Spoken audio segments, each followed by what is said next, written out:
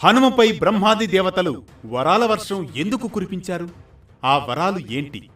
గురువైన సూర్య భగవాను నుండి సంకల్పం, పట్టుదల, కృషితో ఓ విద్యార్థిగా హనుమ విద్యాభ్యాసం ఏ విధంగా సాగింది?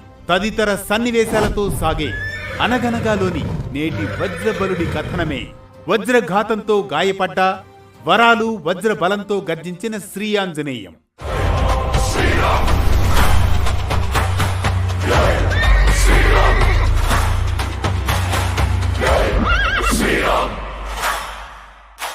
అనగనగా అది త్రేతాయుగంలోని రామాయణ కాలం. పర్వతాల మీద అమాంతంగా వజ్రఘాతానికి చిన్నారి ఆంజనేయుడు పడిపోయిన సమయం. ఆ చిన్నారి శిశువుకు ఎర్రగా మెరిసిన సూర్యుడు ఓ పండులా కనిపిస్తాడు. ఆకలితో ఆ ఆకాశం దాటి అమాంతంగా సూర్యుడి వైపు దూసుకు వెళతాడు. ఆ సమయంలో ఆశ్చర్యం ఆగ్రహంగా మారి ఇంద్రుడి వజ్రఘాతానికి గురవుతాడు ఆంజనేయుడు. అది చిన్న ఆంజనేయుని దవడను గాయపరిచి వికృతమవుతుంది. అందుకే హనుమ అంటే వికృతమైన దవడతో ఉన్నవాడు అని అర్థం. ఇలా ఆంజనేయునికి చిన్నతనంలో తగిలిన దవడ గాయం వల్లనే హనుమ అనే పేరు వచ్చిందని మన పురాణాలు చెబుతాయి.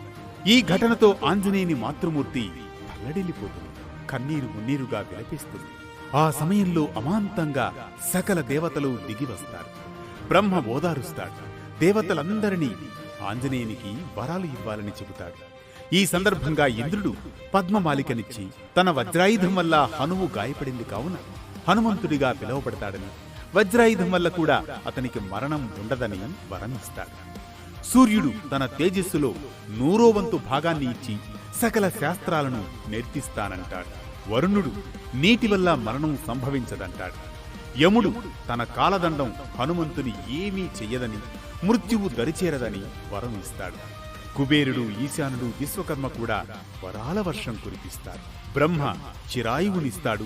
బ్రహ్మాస్త్రం కూడా ఆంజనేయుని కట్టిపడవేయలేదని భరోసా ఇస్తాడు. శత్రువులకు భయాన్ని, మిత్రులకు సంతోషాన్ని ప్రసాదిస్తాడని చెప్పి కామరూపం ధరించగలవాడని దీవించి దేవతలతో సహా బ్రహ్మ సత్యలోకానికి తిరుగుపయనమవుతాడు. అలా వరాల వర్షం కురిసిన తదుపరి ముందుగా విద్యాభ్యాసం కోసమని సూర్యుని వినయ విధేయతలతో సమీపిస్తాడు ఆంజనేయుడు. ప్రభూ సూర్యదేవ, మీ నుంచి విద్య స్వీకరించాలని వచ్చాను. మిమ్మల్ని వినయపూర్వకంగా అర్థిస్తున్నాను. విద్యను అనుగ్రహించండి అంటూ కోరుతాడు ఆంజనేయుడు. హనుమా, నా రథం నిరంతరం సంచరిస్తూనే ఉంటుంది. నువ్వు నా వెంట నిరంతరం కదులుతూనే రాగలవా, ఎగరగలవా? ప్రభూ సూర్యదేవ, చిత్తం అలాగే. విద్య నేర్చుకోవాలనే కోరిక, పట్టుదలను మన్నించిన సూర్యునితో వినయ విధేయతలతో హనుమంతుడు గురువైన సూర్యుని ముందు మోకరిల్లి నమస్కరించి ప్రణమిల్లుతాడు. సూర్యుడి రథం పక్కనే ఎగురుతూ విద్యను అభ్యసించడం ప్రారంభిస్తాడు.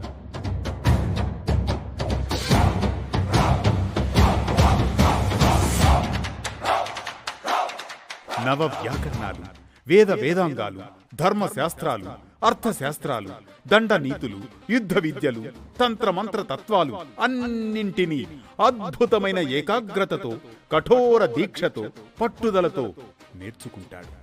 సూర్యుడు ఉదయించడం, అస్తమించడం మధ్యలో హనుమంతుడు ఒక్క క్షణం కూడా శ్రద్ధ వదలక అనుసరించి, అర్థించి స్వీకరిస్తాడు సకల విద్యలను. అలా సూర్యుడు గగనతలంలో తిరుగుతూ ఉంటే ఆయన రథంతో పాటుగా తాను ఎగురుతూ విద్యను అభ్యసించి హనుమంతుడు సకల విద్యలలోనూ వ్యాకరణంలోనూ పండితుడవుతాడు. నవ వ్యాకరణాలలో మహాపండితుడని హనుమకు పేరు. వివాహితులకు మాత్రమే అర్హత ఉన్న కొన్ని విద్యలు నేర్చుకునేందుకు అనుకూలంగా హనుమ బ్రహ్మచర్యానికి భంగం కలగని రీతిలో సూర్యుడు తన కుమార్తె సువర్చలను హనుమంతునికిచ్చి వివాహం చేస్తాడు. తదుపరి హనుమలో అల్లరి తగ్గి వినయ విధేయతలు, వాక్పటుత్వం, వ్యాకరణం, సకల శాస్త్ర సంపద పెరుగుతాయి. తన విద్యాభ్యాసం పూర్తయ్యాక సూర్యదేవ, గురుదక్షిణగా ఏం సమర్పించమంటారు అని గురుదేవులను అడుగుతాడు ఆంజనేయుడు. అప్పుడు సూర్య భగవానుడు అతడిని ఆశీర్వదిస్తాడు. హనుమ, విద్యలో నువ్వు నవవ్యాకరణ పండితుడవు. నేనందించిన జ్ఞానాన్ని సంపూర్ణంగా లోపం లేకుండా గ్రహించిన అత్యుత్తమ శిష్యుడు నీవే. అసమాన బుద్ధిశక్తి, అపార మనోనిగ్రహం, అద్వితీయ ఏకాగ్రత కలిగిన విద్యార్థివి నీవు. నువ్వు ప్రపంచంలో విద్యా సాగరుడవు, శాస్త్రజ్ఞులు కూడా ఆశ్చర్యపడే మహా పండితుడవు. నా వేగానికి సరి సమానంగా ప్రయాణిస్తూ విద్యను ఇంత పరిశుద్ధంగా నేర్చుకున్న ఒకానొక శిష్యుడు నువ్వే. గురుదక్షిణగా ఒక ఆజ్ఞను మాత్రం పాటించు. ఇదిగో నా కుమారుడైన సుగ్రీవునికి మంత్రిగా నిలువు. అదే నీ గురుదక్షిణ.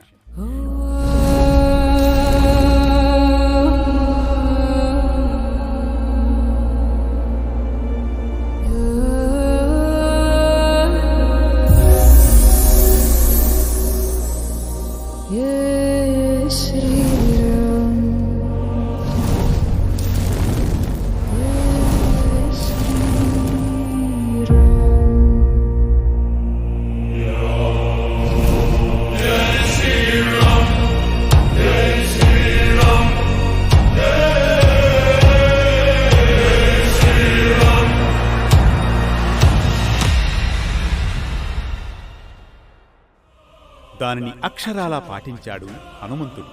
అలా విద్య పూర్తయి హనుమంతుడు కిష్కింధలోని సుగ్రీవుని వద్ద మంత్రిగా చేరుతాడు.